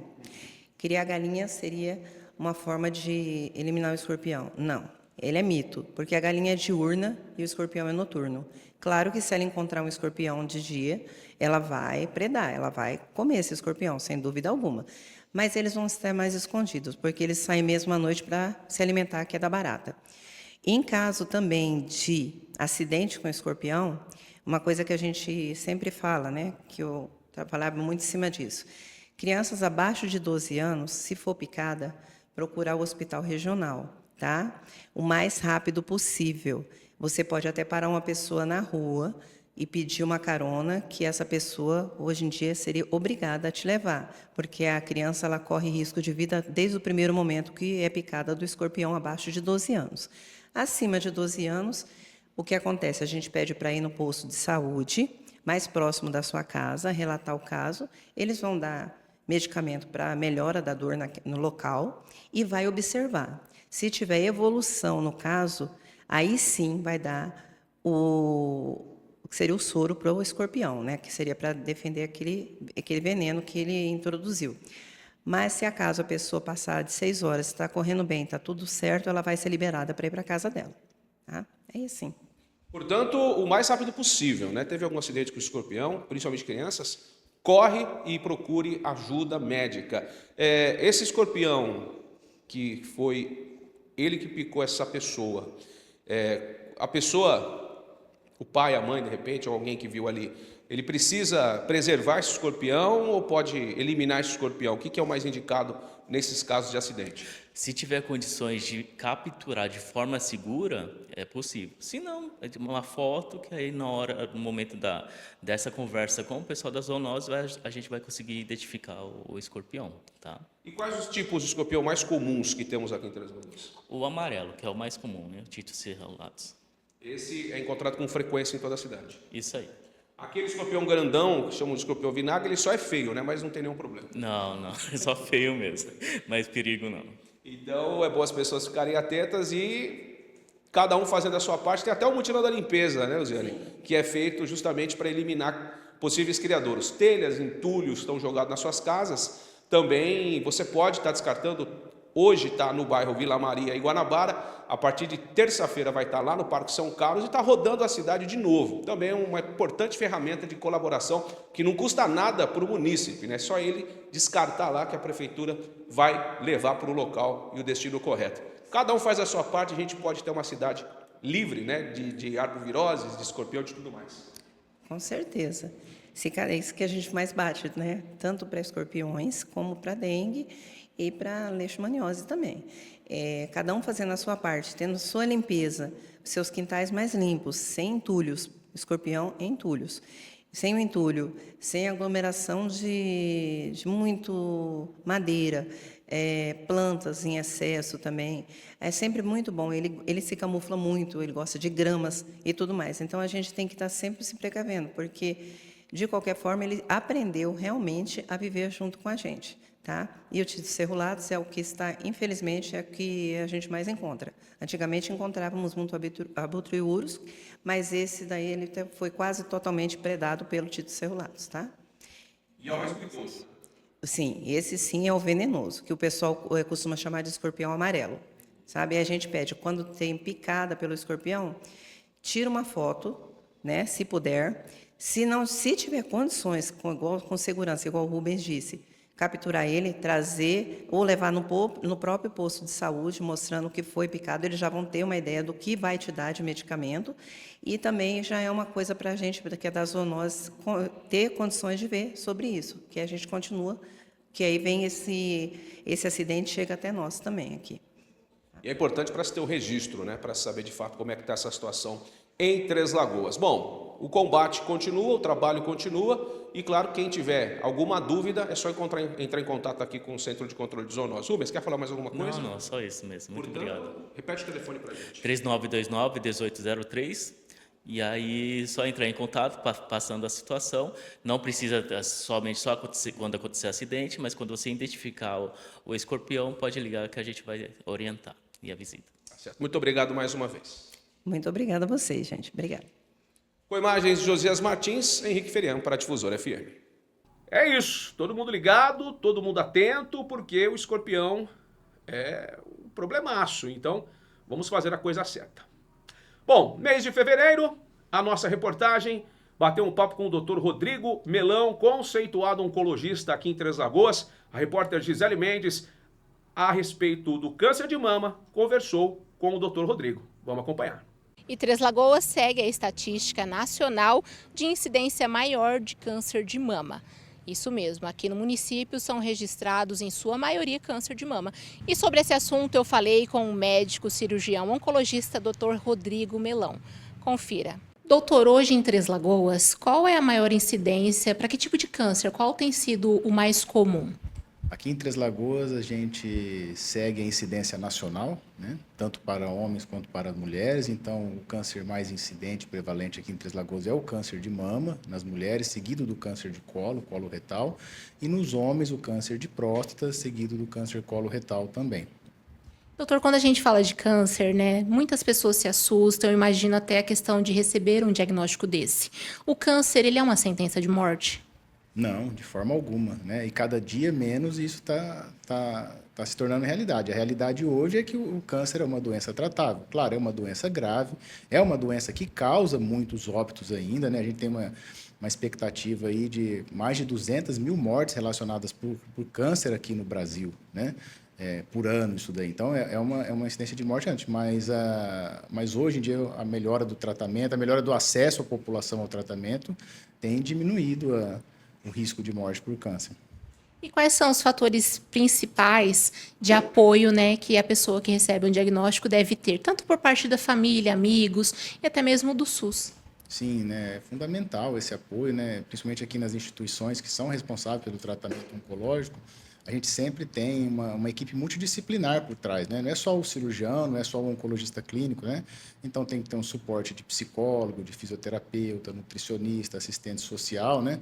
Que é para a gente tentar tratar essa pessoa de uma forma global. Como você falou, é uma doença grave, mexe muito com o psicológico do paciente e da família do paciente, não tem como isso acontecer, e a gente tem que estar atento a isso para dar o melhor tratamento para esse paciente.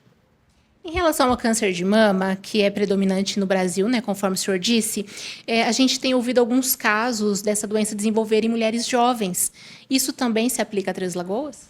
Sim, hoje em dia, como eu falei para você, o acesso da população hoje é mais fácil, né, aos métodos, principalmente aos métodos de imagem, né? Então a gente está conseguindo fazer, que é o objetivo mesmo, de fazer esse diagnóstico mais precoce possível, né? E a gente acaba fazendo esse diagnóstico mais precoce e acaba encontrando, ultimamente, mulheres mais jovens com diagnóstico de câncer de mama. Em relação ao diagnóstico precoce, as chances de cura, elas aumentam? Sim, a chance de você diagnosticar um nódulo inicial, pequeno, na mama especificamente, é muito, muito melhor do que você em estágio mais avançado, muitas vezes com metástase, né? Ou com comprometimento já da pele, nódulos maiores. E, doutor, em relação às pessoas que desenvolvem um câncer, existe alguma predisposição à doença ou qualquer pessoa pode vir a desenvolver? Na verdade, qualquer pessoa pode vir a desenvolver o câncer de uma forma geral. Existe a predisposição genética, né? Isso é um fato. Como que seria isso? A paciente que tem o parente de primeiro grau, por exemplo, que tenha história de câncer na família, com certeza ele tem mais chance de vir a ter câncer do que a população do modo geral, tá? Existe o câncer hereditário, que é aquela transmissão que transmite de familiar mesmo, do pai para o filho, aquele gene, né? Mas isso, graças a Deus, é a minoria, né? Mas a maioria dos cânceres, eles iniciam por um conglomerado de coisas, não é só um fator. Normalmente é associado ao fator genético associado ao ambiente, medidas comportamentais e ao ambiente que está exposto a esse paciente. E se a gente for falar em prevenção, existe? Existe, né? A prevenção, quando a gente fala em prevenção do modo geral, né, a gente está englobando todos os cânceres. Existe algum tipo de câncer que a gente consegue realmente prevenir, impedir que ele apareça, né? Que é o caso do câncer de colo de útero, quando o paciente faz Papa Nicolau regularmente. No caso de câncer coloretal, quando faz colonoscopia no rastreio. E existem alguns cânceres que a gente não consegue prevenir que ele apareça. Por exemplo, o câncer de mama. A gente consegue fazer um diagnóstico precoce, né? Diagnosticar ele no começo para poder ter maior chance de cura, tá? Mas, de um modo geral, o que a gente tem que fazer de prevenção é ter hábitos saudáveis. Primeiro, fazer os exames regularmente, que devem ser feitos, tanto os homens quanto as mulheres, né? E ter hábitos de vida saudáveis, praticar atividade física, evitar alimentos industrializados, evitar exposição solar excessiva, evitar o consumo de álcool, tabaco. E se a pessoa receber, apesar de tudo, o diagnóstico, qual seria a mensagem que o senhor, né, como um cirurgião oncológico renomado aqui em Três Lagoas, daria que mensagem a essas pessoas e familiares que estão enfrentando o câncer? A primeira coisa assim, é sempre procurar a avaliação de um especialista, procurar um médico, principalmente um especialista, para poder até se informar adequadamente. É muito comum o paciente já entrar aqui desesperado, porque procurou com o vizinho, procurou com um colega, olhou no próprio Google, né? E às vezes chega aqui a situação é completamente diferente, nada daquilo que ele está pensando, né? Como você falou, câncer hoje não é mais uma sentença de morte, né? Então, principalmente procurar o especialista, confiar na equipe que está tratando ele, né? Entender que a maioria das vezes vai ser um processo longo, né? Não vai ter nenhuma solução mágica, mas que no fim manter sempre a fé em Deus e esperança que tudo vai dar certo. E tem bastante casos de sucesso, de pessoas curadas? Com certeza, muito mais casos de sucesso do que insucesso, né? É o que aparece normalmente que passa são as tragédias, vamos dizer assim, né? Quando você fala com uma pessoa, você tem um diagnóstico de câncer, né? É por isso que eu brinco, evita de falar com o vizinho. O vizinho só fala coisa ruim. Ninguém vai falar, meu pai curou, meu irmão curou, vai falar, não, minha tia faleceu. Mas exatamente, é o casado, mas os casos de sucesso são muito maiores. Destaque de fevereiro. Boa entrevista com o Dr. Rodrigo Melão, falando do câncer de mama. Bom, também no mês de fevereiro, a dengue, sempre um problema durante o ano todo aqui em Três Lagoas. A Gisele Mendes bateu um papo com o Dr. Vinícius, médico da família das unidades de saúde do município, falando a respeito da dengue e dos seus sintomas. Vamos conferir. O assunto agora é dengue. Vem sendo muito recorrente falar sobre dengue porque aumenta a cada dia o número de casos em todo o Brasil. E em Três Lagoas não é diferente. Agora, as perguntas frequentes são: se eu estou com dengue, devo ou não buscar uma unidade de saúde? Qual remédio eu posso tomar? E quem vai tirar todas essas dúvidas é o Dr. Vinícius Neves, que ele é médico aqui da equipe da Vigilância Epidemiológica de Três Lagoas. Doutor, a dengue volta, né, como de praxe até praticamente todo verão, aumenta o número de casos. Geralmente, quais são os principais sintomas da doença? Geralmente a pessoa começa com febre, né? A febre tende a ser mais alta, muita dor no corpo, dá uma dor de cabeça, principalmente uma dor atrás dos olhos. Esses são os principais sintomas, né? E muita prostração, náusea, diarreia às vezes pode vir. Esses são os principais sintomas. E quando a pessoa deve buscar uma unidade de saúde? De preferência já desde o início do quadro. Começou a sentir esses sintomas, ainda mais tendo muito caso, a chance de ser dengue é bastante grande. É importante a pessoa procurar a unidade de saúde para receber as orientações adequadas, fazer os exames necessários. Só com avaliação de médico, enfermeira, que a pessoa consegue mesmo saber o que fazer. E procurar o quanto antes é importante porque a orientação ela precisa ser feita bem caso a caso, principalmente porque também nós estamos tendo muito caso de Covid e às vezes confunde um pouco. Então é importante chegar na unidade de saúde para saber o que fazer. E, doutor, a gente sabe que quem contrai dengue tem determinados medicamentos que não pode tomar, mais um motivo de a pessoa procurar uma unidade de saúde, né? Exatamente. A dengue ela não tem um tratamento específico, né? A gente trata com hidratação, basicamente. Mas não pode tomar aquele que é o anti-inflamatório. Então, às vezes a pessoa está com febre, dor no corpo, toma ibuprofeno, diclofenaco, nimesulida ou outro anti-inflamatório. E isso daí tende a agravar o quadro. Essa medicação é proibida. E, doutor, em casos leves em que a pessoa vá passar pelo sintoma da dengue, eles tendem a desaparecer há quantos dias, assim, depois de quantos dias? A dengue tende a durar o período dela até 10 dias, em média, né? Mas a gente espera que depois do 7º dia, mais ou menos, a pessoa já esteja bem. Tem gente que até menos tempo já fica boa, isso é muito individual, mas aí um período de 7 dias, importante lembrar que o repouso é fundamental para a recuperação, então um período de 5 a 7 dias, em geral, é a média da maioria das pessoas.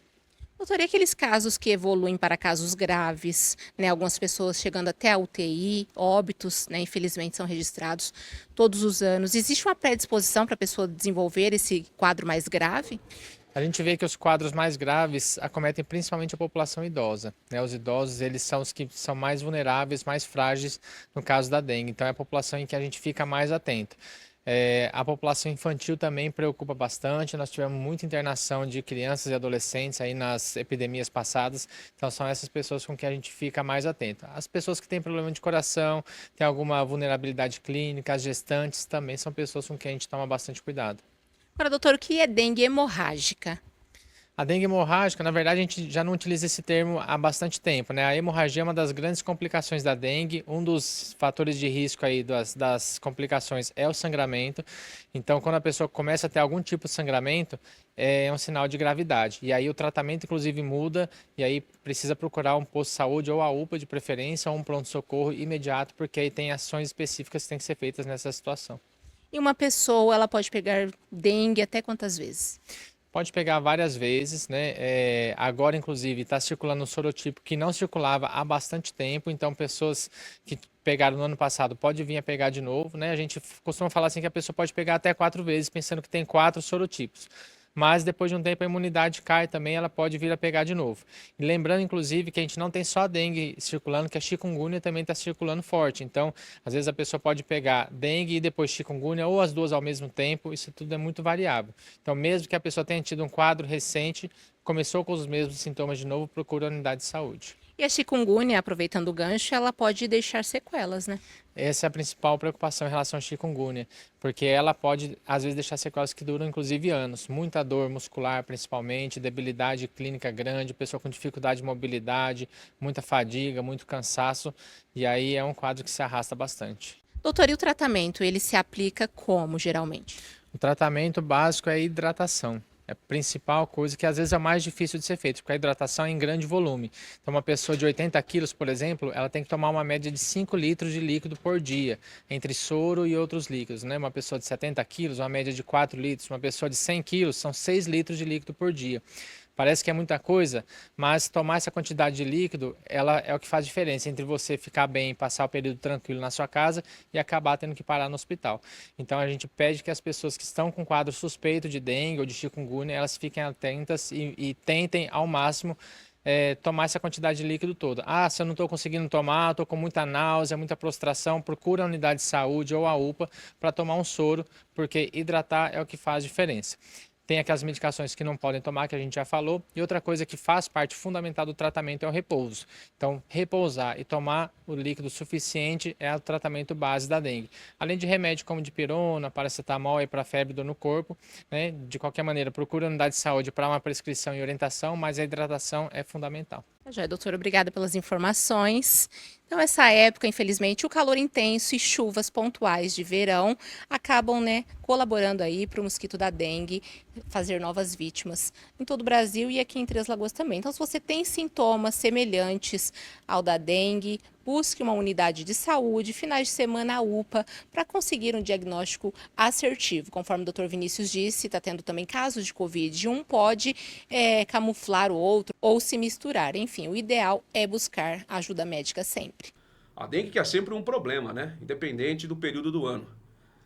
É isso. Também em fevereiro, o assunto foi a quaresma. A Gisele Mendes bateu um papo com o padre Maurício, falando a respeito dessa data importante, né? Desse período importante para os católicos em todo o mundo. Eu vou falar com o padre Maurício sobre quaresma. O que é? Por que é uma data tão importante para o católico? O que deve ser feito nesse período e muito mais. Ele que é o padre aqui da paróquia Nossa Senhora Aparecida. Padre, afinal, o que é quaresma? Então, quaresma são 40 dias de preparação para aquilo que nós chamamos a festa da Páscoa.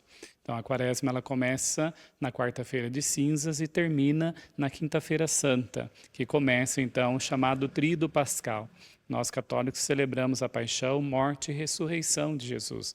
Então, é uma preparação para a Páscoa. E nesse período, o que é de costume ser praticado pelo católico? Então, nós temos um tripé, né, que nós temos aqui o chamado jejum, a oração e a caridade. Né? Esse tripé nos ajuda a vivenciarmos bem a quaresma. O que é a oração? A oração é uma intimidade, uma amizade com Deus, onde eu começo a falar com Deus do profundo do meu coração. Por isso, Jesus dizia, quando orardes, entra no teu quarto, né, fecha as portas e o teu Pai que vê no oculto, ou seja, o teu Pai que vê no profundo.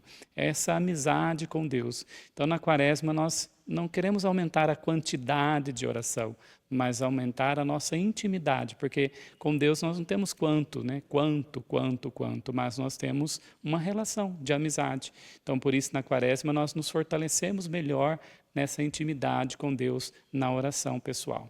Depois nós temos a penitência. O que seria a penitência? Não é uma punição, um peso que nós carregamos. A penitência seria um modo, né, de nós termos um domínio de nós mesmos. E aí a igreja nos pede o jejum. O que seria o jejum? Né? O jejum pode ser feito nas quartas-feiras e nas sextas-feiras, que são dias penitenciais. Então nós podemos fazer o jejum comendo um pedacinho de pão e tomando um pouco de água para que a gente tenha um domínio, né? Para que a gente não desfaleça, né? No sentido por causa da fome. Mas a gente experimenta ter um domínio sobre os nossos instintos. A gente sabe que nós somos instintivos. Então, os nossos instintos primitivos são o comer, né? A nossa sexualidade e o dormir. Mas como é bom estar equilibrado nisso. Por isso, a penitência, o jejum ou a abstinência nos ajuda. O que é abstinência? Eu posso deixar de comer um alimento, por exemplo, se eu gosto de tomar determinado refrigerante ou gosto de comer determinado, né, alimento que me dá muito prazer, eu vou ter um autodomínio, ou seja, dominar um pouco os meus instintos. Então a penitência ela me ajuda nesse sentido. Terceiro tripé, né, terceira parte do tripé é a caridade. O que é a caridade? A caridade, nós traduzimos a caridade na palavra amar, né? E amar, nós sabemos que não é só um sentimento. Às vezes a gente confunde o amor com um sentimento, né? Um sentimento de prazer. A gente ama, né, porque a gente sente prazer de estar com aquela pessoa, de gostar daquela pessoa. Não, o amor cristão não é isso. O amor cristão é de gratuidade, ou seja, eu amo aquela pessoa porque Deus a ama do jeito que ela é. Então, a caridade é olhar a necessidade do outro, aquela pessoa que necessita, que precisa, às vezes, da minha atenção, da minha escuta, ou até mesmo de um bem material meu. Então, aquela pessoa que está passando por uma necessidade material. Aí, no caso, nós vemos hoje, infelizmente, tantas situações de pessoas que não têm nem o que comer e o que vestir. Então, na Quaresma, eu, como cristão, dou um passo a mais de poder ajudar essas pessoas. E isso traz para mim uma realização pessoal, porque eu estou fazendo algo para alguém que não tem nada para me dar em troca. Então, isso é uma gratuidade e isso gera em nós uma grande satisfação. Então, são esses os tripés, né? O tripé é esse, os 3 pontos são a oração, a penitência e a caridade. E padre, qual a relação da Quaresma com o consumo da carne vermelha? Então, a igreja nos orienta, né?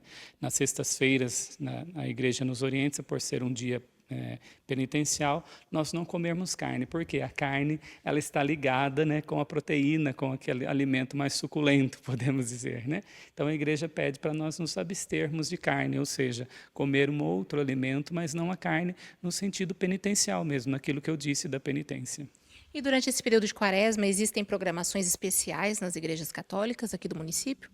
Então, nós temos aqui na nossa cidade de Três Lagoas, né, os domingos das Quaresmas, as Santas Missas, onde nós trabalhamos os evangelhos específicos, né, porque tem uma realidade também catequética. Cada domingo ele vai nos apresentar um evangelho que nos leva a meditar sobre aquilo que vai ser a paixão, morte e ressurreição de Jesus. E nós oferecemos também, nesse tempo de Quaresma, as confissões. Aqui no caso de Três Lagoas, do dia 11 ao dia 15 de março, nós teremos em cada paróquia, né, todos os padres da cidade estão reunidos para nós fazermos essa experiência da reconciliação com Deus, aquilo que nós chamamos o mutirão das confissões. E padre, como que finaliza esse período de Quaresma? Então, esse período de Quaresma culmina, como o padre disse no início, na Quinta-feira Santa. Então, nós celebramos na Quinta-feira Santa o primeiro dia do Tríduo. O que é Tríduo? São 3 dias de oração, que rezando um dia todo em 3. Ou seja, nós começamos na quinta-feira com a missa chamada Missa do Lava-Pés. Depois, na Sexta-feira Santa, às 3 horas da tarde, nós vivenciamos a crucifixão de Jesus. Ou seja, do meio-dia até às 3, aquele momento culminante em que Jesus está na cruz e com a sua morte na cruz, na quinta-feira, às 3 horas da tarde. No momento que nós chamamos de adoração da Santa Cruz. Depois, nós chegaremos no ápice, que é a vigília da Páscoa. A vigília da Páscoa é no sábado santo, na noite, né, da ressurreição. Então, para nós cristãos, o mistério central para nós, né, da nossa fé, é o mistério da paixão, morte e ressurreição de Jesus. Então, para nós cristãos, toda a Quaresma, ela culmina no momento ápice, que é a festa da Páscoa, que este ano vai ser no dia 30 de março.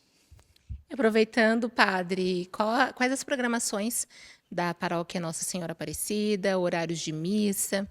Então, queremos convidar você para viver conosco os domingos, né, da Quaresma, o primeiro, o segundo, o terceiro, etc. Então, nós temos aqui as missas às 7 da manhã, nós temos às 10, que nós também chamamos a Missa das Crianças, onde as crianças recebem uma catequese especial, e às 19 horas, a missa da noite, que é para o público geral, os adultos, né? Nós queremos convidar você a participar conosco. Depois, você pode estar nos acompanhando nas nossas redes sociais, também outros eventos semanais. Por exemplo, nós temos aqui às terças-feiras o Terço dos Homens, às quartas-feiras o Terço das Mulheres, à quinta-feira o grupo de oração e à sexta-feira o que nós chamamos também a Via Sacra, que é conduzida pelo grupo do Apostolado de Oração. Então, nós temos oportunidade de um crescimento espiritual, de uma vivência espiritual nesse tempo da Quaresma. Uma coisa importante, a Igreja do Brasil, né, os bispos, né, vocês sabem que os bispos do Brasil se reúnem em Brasília, nós chamamos a Conferência Nacional dos Bispos do Brasil, CNBB. Né? Então, eles nos reúnem e nos proporcionam também um tema para nós trabalharmos. Né? E esse ano nós vamos trabalhar também, junto da sociedade, a fraternidade e a amizade social. E o lema é, somos irmãos, né, de todos, ou seja, todos são irmãos e irmãs, porque Deus é nosso Pai. Então a igreja nos ensina a vencermos essas barreiras, né, da divisão. Às vezes um grupo pensa diferente de mim, uma outra religião pensa diferente de mim, né, um grupo da sociedade segue uma ideia, outro segue outro, mas nós buscarmos aqueles pontos comuns que nos ajudam a construir uma sociedade melhor. E aqui em todos os aspectos, né, educacional, de saúde, de assistência e quantos outros trabalhos que nós precisamos nos unir. O que a igreja nos pede, então, nesse tempo da fraternidade e amizade social? Vencer as barreiras, né? Não importa, né, o que você pensa, qual a sua ideia, qual o seu segmento, qual o modo seu de seguir a Deus, mas o importante é nós nos unirmos para um bem comum da sociedade. Com essa entrevista, a gente finaliza mais um bloco com o mês de fevereiro, intervalo chegando, na volta, o destaque será o mês de março. Estamos apresentando Difusora Notícias.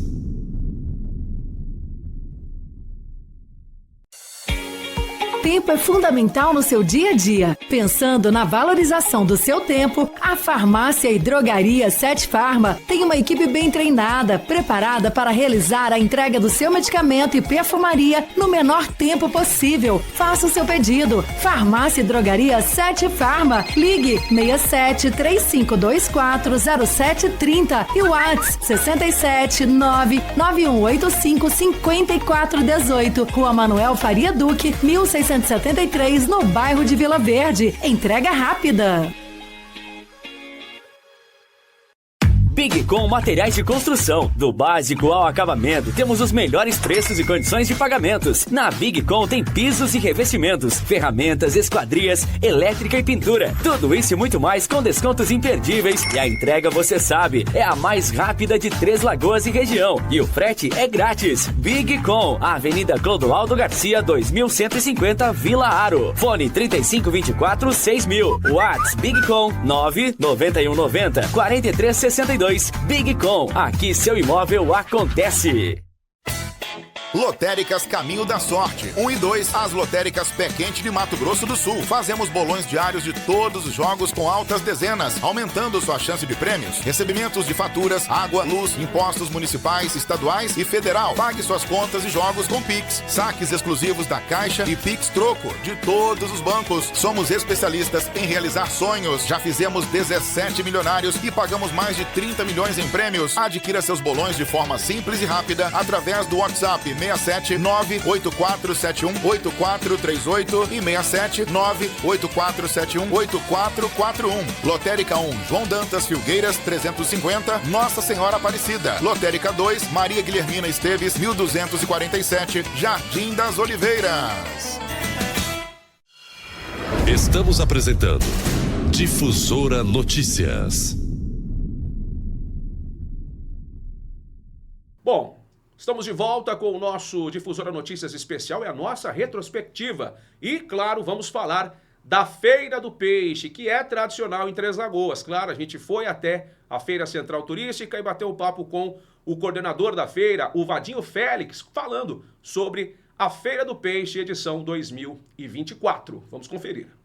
É hoje, quinta-feira, 9ª edição da Feira do Peixe, aqui em Três Lagoas, na Feira Central Turística do município, que recebe uma movimentação intensa, né? Desde as primeiras horas de hoje, o pessoal que está trabalhando, trazendo peixe fresco para todo mundo. A gente conversou com o cliente, com o comerciante e com o coordenador da feira, o Vadinho Félix, falando dessa movimentação nessa quinta-feira, de muita gente prestigiando, como você pode perceber pelo estacionamento lotado, muita gente prestigiando e comprando, garantindo seu peixe da Sexta-feira Santa. Atendimento vai até às 18 horas. Aproveite! Quinta-feira de movimentação aqui na Feira Central Turística de Três Lagoas. Amanhã, feriado, Sexta-feira Santa. Movimentação bastante intensa por aqui. O pessoal comprando peixe. Ao lado aqui do empresário Hélio Morales, para a gente falar a respeito dessa tradição, né, de fé que essa data representa e o peixe bastante consumido. Movimentação grande por aqui e você sempre prestigiando, né, essa data importante, comprando peixe para a família. Bom dia. Bom dia. Bom dia a vocês da Difusora.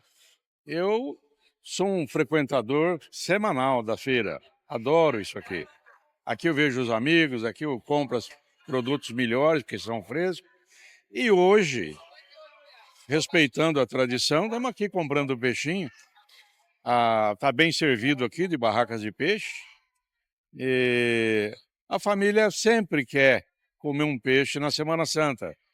Apesar do Papa ter liberado, dizendo que a carne pode ser consumida, a gente segue a tradição católica de saborear um peixinho na quinta, na sexta-feira, até no domingo, mesmo com o churrasco. E respeitando sempre, né? Quem acredita, quem não acredita, quem guarda quaresma, quem não guarda quaresma. A gente precisa, acima de tudo, respeitar e, obviamente, cada um faz aquilo que acha que deve ser feito. E essa data é importante. O pessoal, mesmo que não é católico, né? Mas está sempre comprando peixe. Vai no barulho também, né? Das vendas. Com certeza.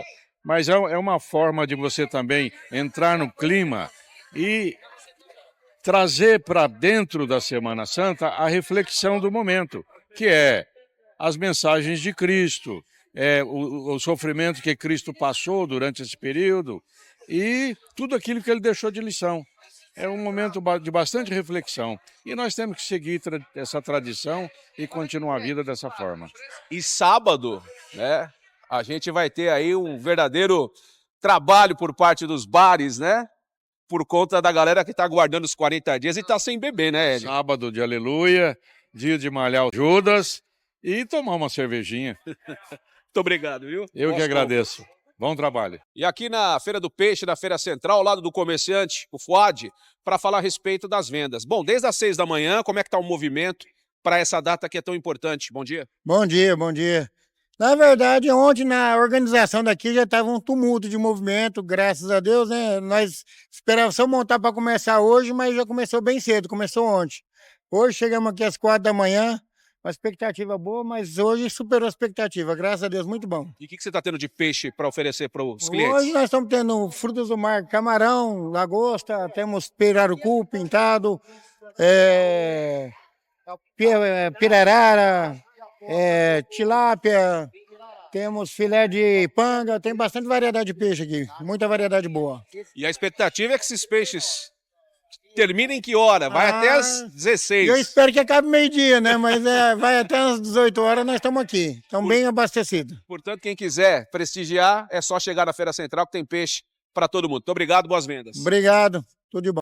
Ao lado do coordenador da Feira Central Turística de Três Lagoas, o Vadinho Félix, movimentação intensa durante essa Feira do Peixe, a 9ª edição que acontece desde as 6 da manhã, mas me relataram que desde ontem o pessoal está trabalhando aqui. Bom dia. Bom dia, Henrique, bom dia, Três Lagoas. Exatamente, ontem já começou, o pessoal já estava numa batalha para o peixe aí, isso é muito bom. Mas eu devo agradecer vocês da imprensa, que nos ajudou a divulgar, o pessoal de comunicação também da Prefeitura Municipal, né? Então, graças a vocês, a feira está sendo um sucesso também. E a gente vê que não fica restrito só ao peixe, né? Tem um pessoal com frutas, com legumes, com os ingredientes que pode ser utilizado aí durante a Sexta-feira Santa, né, Vadinho? Tá completa, a feira está completa, assim. Não está todos os feirantes trabalhando, mas temos, assim, todos os produtos essenciais para que a pessoa possa fazer sua peixada tranquilo, seu peixe assado, frito, cozido. E aquela novidade, né, Henrique? Hoje nós temos aqui peixeiros trabalhando com peixes da Amazônia, o pirarucu, a mapará, né, o camarão, o bacalhau, e além dos pescados tradicionais aqui dos nossos rios. Inclusive, a praça de alimentação, o pessoal que quis abrir também está funcionando. Está livre, está livre. Tem um pessoal já trabalhando, pastelarias, né? Outros vão abrir um pouquinho mais tarde, por volta ali de umas 10 horas, 10h30, já começam a abrir, já proporcionando. O pessoal que está com tempo hoje, quer tomar um shopping, também a praça vai estar à disposição. Bom, e o horário de funcionamento hoje, desde as 6 até que horas? Até as 18, está previsto, né? Mas sempre tem aquela chepinha para mais tarde um pouco. Mas é bom quem quiser comprar peixe com variedade vir antes, né? Eu compraria agora de manhã, porque o movimento está muito bom, a feira está interessante e você pega um peixe de qualidade. Valeu, Vadinho, muito obrigado e parabéns pela organização. Obrigado a vocês, sempre. É isso, tradição, né? A Feira do Peixe já virou uma grande tradição em Três Lagoas. Também no mês de março, a ecoterapia, ela seguiu num ritmo acelerado, com a ajuda, né, para crianças, para adolescentes, para adultos, e é um trabalho muito legal feito em parcerias que existem em Três Lagoas, de Catural, também o Eurides, né, do Instituto, que tem um belo trabalho com a ecoterapia em Três Lagoas. E a gente bateu um papo com o Carlos Eduardo Conte, que é veterinário, e tem detalhes mais a respeito da ecoterapia aqui em Três Lagoas. Vamos conferir. Aqui em Três Lagoas existe a ecoterapia. A gente vai bater um papo com o Carlos Eduardo Conte, ele que é da Cavalarte, para falar a respeito de como é que funciona a ecoterapia em Três Lagoas, que é tão importante para um público específico que é muito especial. Bom, Eduardo, como é que funciona a ecoterapia aqui em Três Lagoas e de que maneira ajudam essas crianças, principalmente, no dia a dia? Bom dia. Bom dia. A ecoterapia é um método terapêutico que utiliza o cavalo dentro de uma abordagem interdisciplinar. É o que seria um interdisciplinar, com vários terapeutas diferentes, nas áreas da saúde, educação e equitação, buscando o desenvolvimento biopsicossocial da pessoa com deficiência. Então aqui a nossa equipe, eu sou fisioterapeuta, temos mais 2 fisioterapeutas, temos um psicólogo, professor de equitação e temos os guias. No total nós somos em 8 na equipe aqui. Trabalhamos desde 2014 dentro do Parque de Exposição aqui, então esse ano completa 10 anos, agora em outubro, e toda terça e quarta-feira a gente está por aqui das 7 da manhã até as 17 horas. E qual que é o público normalmente que frequenta a ecoterapia e que é indicado? Tem uma indicação por parte de um profissional médico para que procure vocês? Ou as famílias normalmente elas procuram diretamente vocês e vocês encaminham para algum local específico para começar esse trabalho com essas crianças para que melhore a sua condição motora normalmente? Na verdade, não só motora, né? A gente hoje se escuta falar muito em autismo, né? Então, assim, dentro do autismo também tem N benefícios aí que o cavalo proporciona, mas geralmente ou vem com um encaminhamento de um médico ou de algum profissional da saúde, né, que tem o conhecimento, pelo menos básico da ecoterapia, o que trabalha e fala, procura a turma lá que eles vão fazer uma avaliação. A gente faz uma avaliação para ver se não tem nenhuma contraindicação e nessa avaliação a gente já explica todos os benefícios, né, que a gente consegue proporcionar através da ecoterapia para a criança, ou aqui a gente atende crianças e adultos, mas explica para os responsáveis, né? E qual o período normalmente que a família já começa a ver uma evolução no quadro? Quando inicia a ecoterapia e quanto tempo, quantas sessões normalmente são necessárias para começar a ter uma evolução?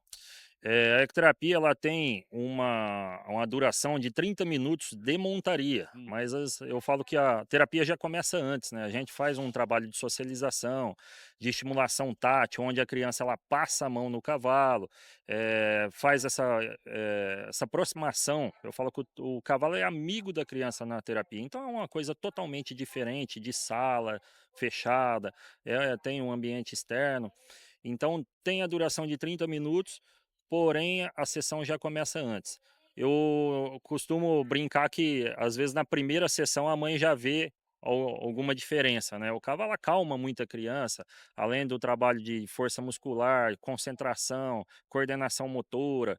Então dentro da terapia tem 4 programas e a gente já vai explicando para os responsáveis como que funciona.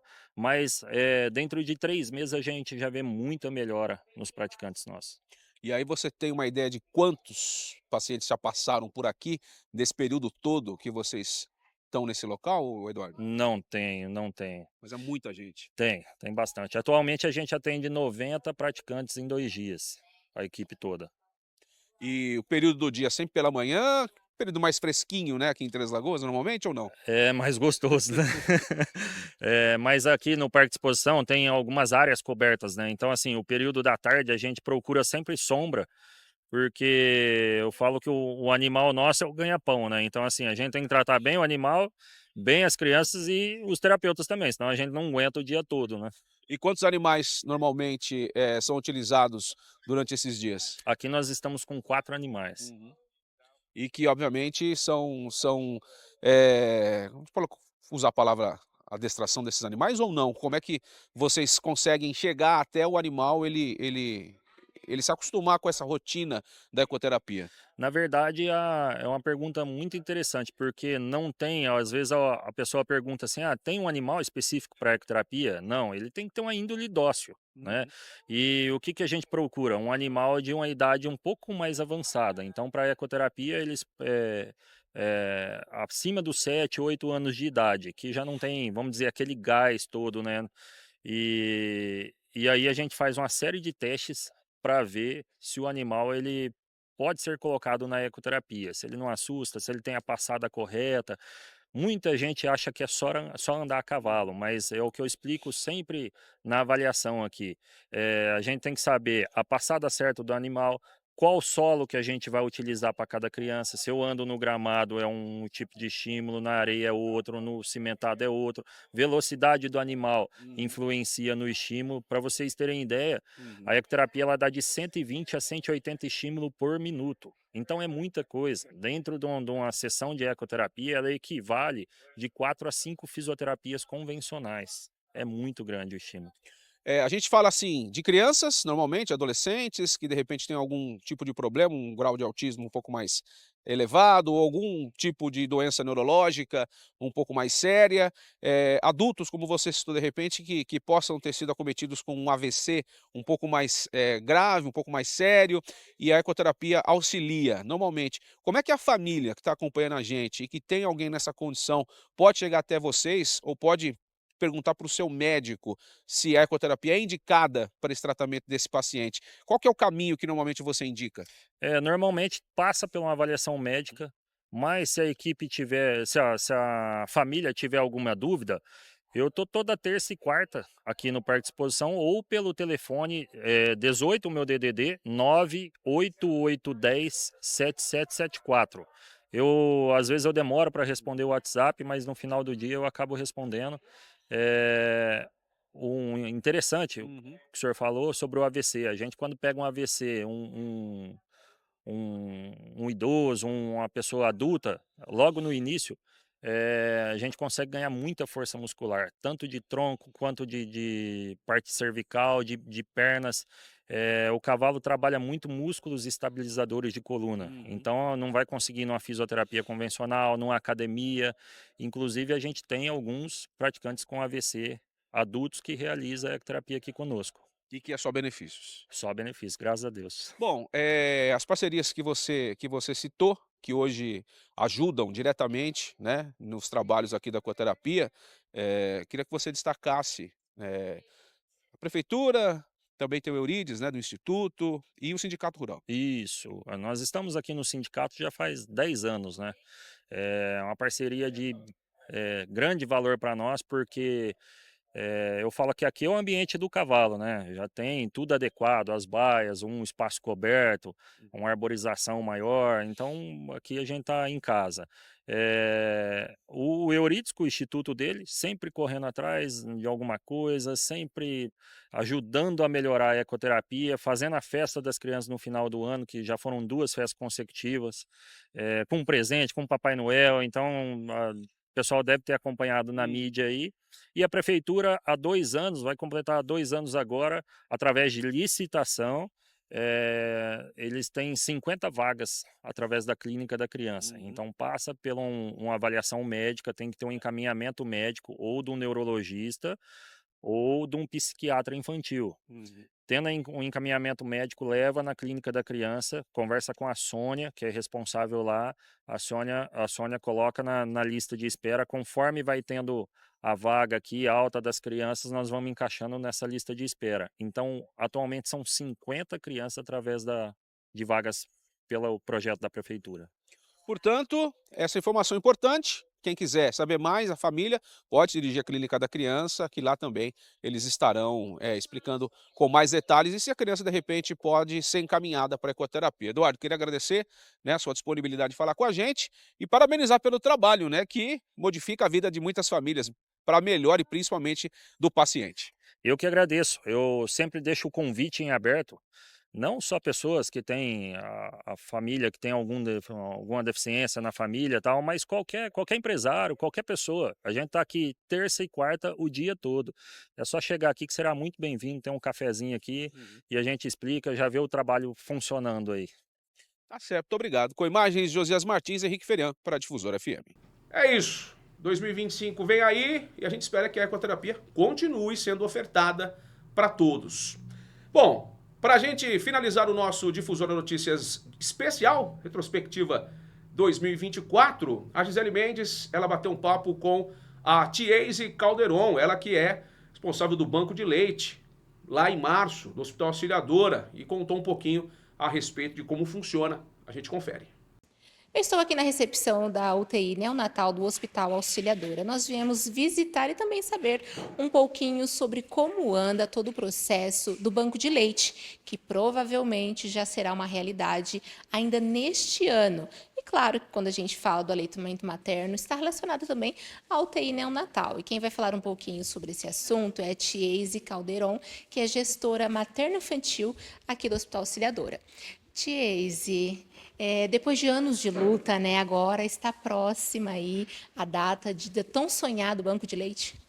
Então, Gisele, estamos muito ansiosos para a abertura desse banco de leite. Na verdade, são 7 anos de luta, né?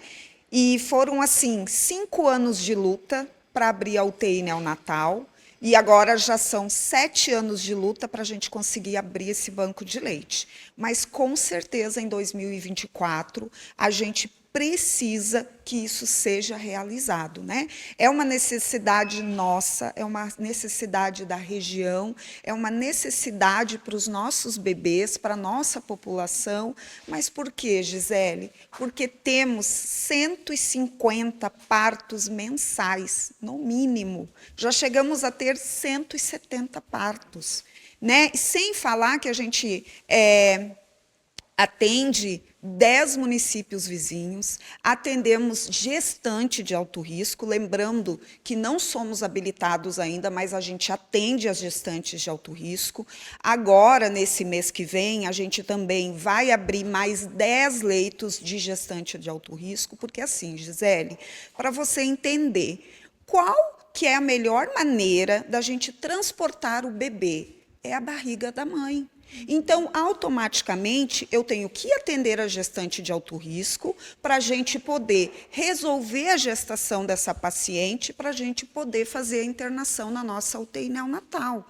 Como é que a gente fazia antes? A gente resolvia o parto e transferia esse bebê para Campo Grande, aonde ele viajava 4 horas. Então, foi um ganho imenso para a nossa população a abertura da UTI neonatal.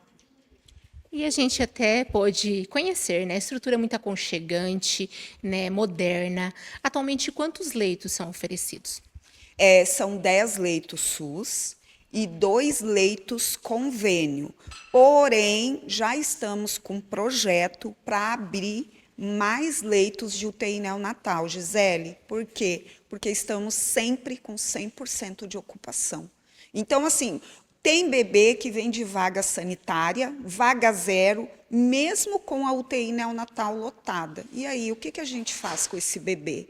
Então, é uma necessidade da região que a gente tenha, no mínimo, 20 leitos de UTI neonatal, certo? Então, agora, com a abertura do banco de leite, o que vai acontecer com esses bebês? O período de internação vai reduzir, porque o bebê ele fica mais saudável, é uma vacina, certo? Então, ele se recupera mais rápido. Aí, o que acontece? Esse bebê tem uma alta segura mais rápida. Aí, eu consigo girar o leito, né, para poder outro bebezinho vir, para a gente poder prestar os atendimentos necessários. E, Tiese, enquanto todo esse processo não é concluído, né, da instalação efetiva do banco de leite, já tem uma salinha, né, para as mães fazerem a coleta do leite, poder ofertar para o seu filho ali imediatamente? Isso. O que acontece, Gisele? Nós temos uma sala de coleta de leite materno. O que significa isso? É da mamãe para o seu próprio bebê. Certo? Então, assim, os bebês que estão em uso de sonda, que não podem sugar, o bebê que não pode gastar muita energia para sugar, porque o bebê ele tem uma perda de peso quando ele suga. Então, às vezes, o médico ele não prescreve o aleitamento materno, ele prescreve para a gente fazer a retirada desse leitinho para poder ministrar nesse bebê. E a gente também tem o colostroterapia, que é aquela aguinha, aquele sorinho, né, que é produzido pela mãe no pós-parto imediato. que mesmo com o bebê no tubo ou mesmo com o bebê no uso de sonda, a gente coloca umas gotinhas no cantinho da bochechinha do bebê, que isso é uma vacina, né? É um remédio poderoso. Então, tudo isso ajuda na recuperação do bebê.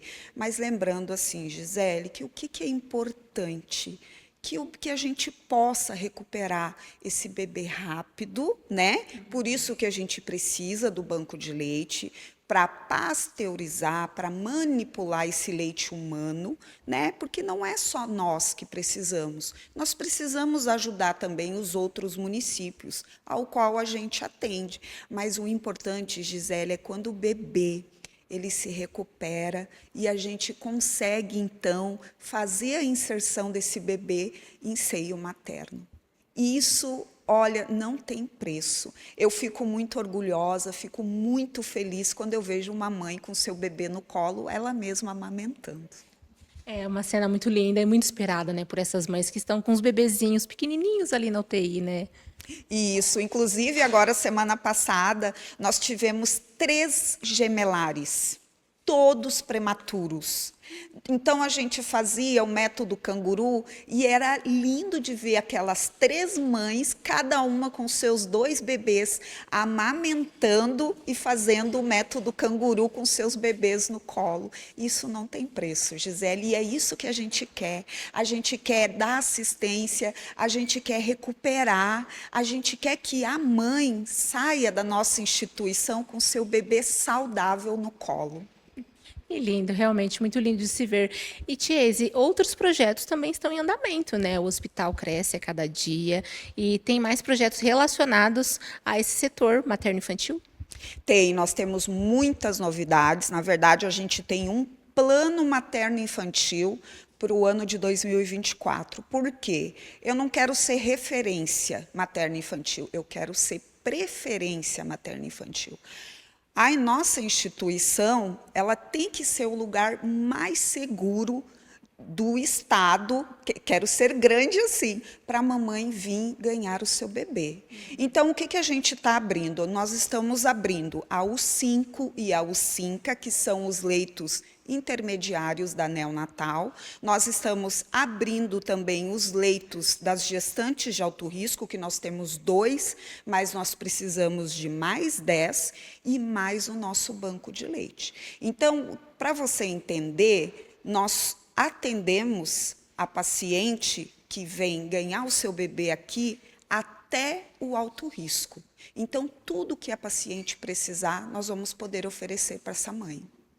Tá aí o nosso Difusora Notícias especial, com essa retrospectiva, falando de vários assuntos. Os destaques foram janeiro, fevereiro e março, que a gente conferiu dentro do nosso jornal. E lembrando que o Tribuna Livre, logo mais às 11 horas, tem para você mais retrospectiva. E no Tribuna Livre, logo mais, você vai conferir aí os meses de abril a julho, trazendo aí um panorama a respeito dos fatos que marcaram esses meses e, claro, e que a Difusora FM esteve presente, fazendo a cobertura, trazendo várias informações a respeito de vários assuntos, tá certo? Conto com sua audiência, a partir das 11 horas tem Tribuna Livre, Retrospectiva 2024, é um especial preparado para você. E amanhã, a partir das 6h30 da manhã, no último dia do ano, tem o nosso Difusora Notícias com essa retrospectiva especial. Portanto, fique atento, fique ligado, e eu espero por você. Um grande abraço